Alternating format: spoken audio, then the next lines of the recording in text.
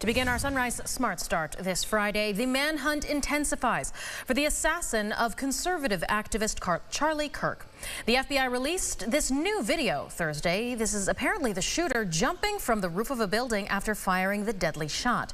Utah's governor has said so far investigators have gotten more than 7,000 leads and tips, completed some 200 interviews, and they've got those new pictures as well.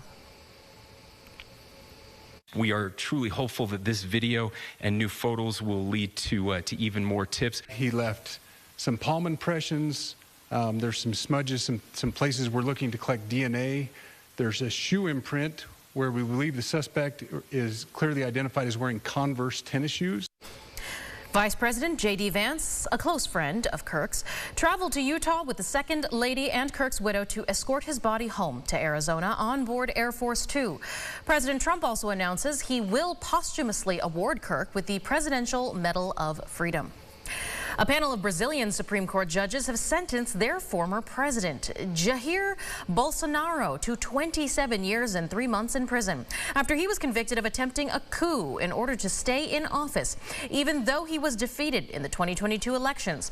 Bolsonaro maintains his innocence, and President Trump said he was very unhappy with the conviction.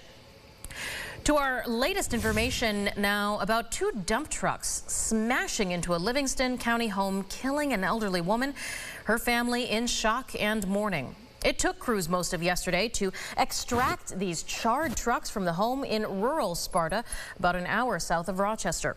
Investigators say the dump trucks were carrying asphalt when they crashed head-on, collided with a nearby house, tore off part of that structure, and then sparked a large fire around 7:30 a.m. Emergency responders say there were other people in the home who were able to escape, but sadly the homeowner, an 89-year-old woman, was trapped and died.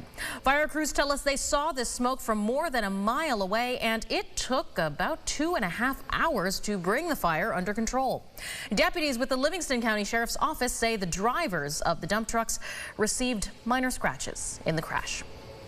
Happening today, we expect more witness testimony in the trial against Takeda Hendrix, one of those sisters accused in the Portland Avenue house fire case from July of last year that killed 5-year-old Malachi Stovall. Hendrix charged with second-degree murder and first-degree arson. In the early morning of July 29, 2024, investigators say she used a flammable substance to start that fire on the porch of a 2-story home where young Malachi became trapped on the second floor.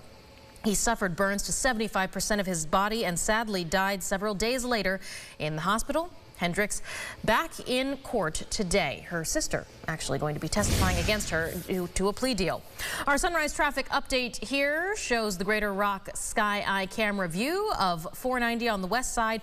Quite a few more folks there, just starting to slow down as we get into those morning traffic times.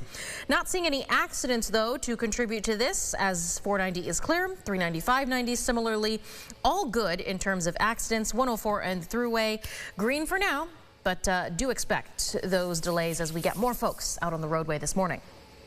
Well, Hallmark announces another holiday movie to premiere later this year that has a Buffalo Bills connection. We're just racking them up. The More the Merrier will star Damar Hamlin and a cause that is close to his heart, Abbott Heartmates. They help folks with heart conditions connect and share stories with each other and be there for one another.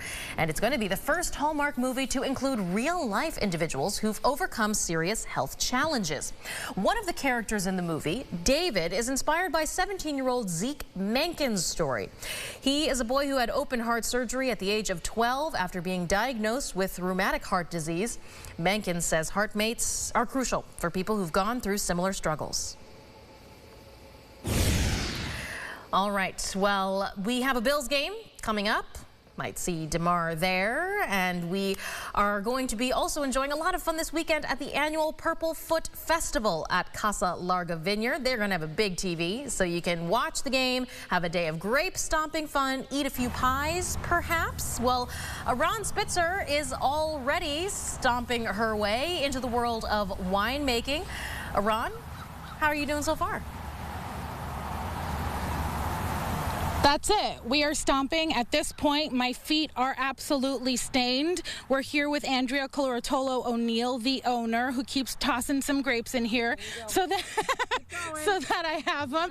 But what is the history of this in your family? You have a personal connection to grape stomping. Yeah, so my dad is from Italy, a town called Gaeta, which is beautiful if anybody wants to visit. But he grew up with his grandparents who had a vineyard, and he would tell me stories about growing up that they actually had to stomp the grapes. But what he would tell me was that they chose women because women tended to have gentler, softer feet than the men. So you're doing a great job. But oh, thank you. Yeah, so this weekend is our 29th annual Purple Foot Festival. It's 11 to 5. You can get tickets online. Right now they're on sale. They're $25 in advance, $28 day of. It includes all the stomping you want to do, great pie eating contests, and that's for adults and for kids. There's a diaper dash. There's hay rides. There's a lot of wine tasting. There's also some tasting of distilled spirits. Stokey Farms is joining us with a farm animals. We have some different vendors, and we have a room totally dedicated to watching the Bills game, so don't worry about missing it if you come here. Oh, you could still enjoy the Bills game and be here. But now grape stomping is not a thing anymore, right? You use a press. What does the press do that mimics that grape stomping? Yeah, so what we have is called a bladder press. So basically, as the grapes are loaded into the press, the bladder expands, and the winemaker can set the force of how strong he wants the bladder to expand and press the grapes, or how gentle, or how many times it needs to spin. So a lot of what the press does now with a computer kind of mimics what you would be doing, controlling with your feet. Wow, that's simply incredible what you can do now with technology that you weren't able to do then. That's right. For now, I'm tossing it back to you while I keep stomping. All right. See, Iran's doing it the old-fashioned way. Yes. You go a little gentler here, a little harder here, do a twist, perhaps. How about that? Lots of fun. And if you've ever thought, hey, that looks cool, when you see old movies or pictures and TV shows, give it a go. Yeah, why not try it? So many things happening this weekend across the region. Get out there and take advantage. Should be a nice night for football tonight. With some Friday night lights. Clouds increase tomorrow, but no real rain chances. Even Sunday is trending much sunnier. I think it's sunny by the afternoon, and then nice little stretch as we get into next week. If you're a gardener or you want to keep that grass green, you're going to need to water over the next couple of days. Yeah, makes sense. We will have our watering cans and sprinklers handy. Now, make sure to check out the podcast, Second Cup of Sunrise with Brennan and James. They've got so much fun things to talk about. A lot of hot takes. Tune in weekdays at 9 a.m. on the Rochester First streaming app. Thank you for watching News 8 at Sunrise. Catch James and Brennan on the podcast, and your next update is in 30 minutes. Have a great day.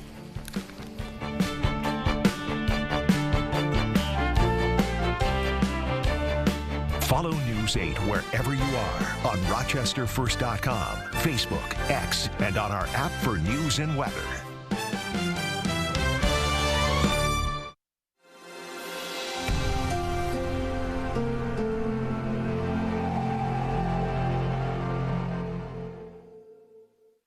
Get the Rochester First streaming app today for everything you love from News 8 On Demand, plus exclusive shows you won't see anywhere else. Search ROC and download for free on Roku, Amazon Fire, and Apple TV.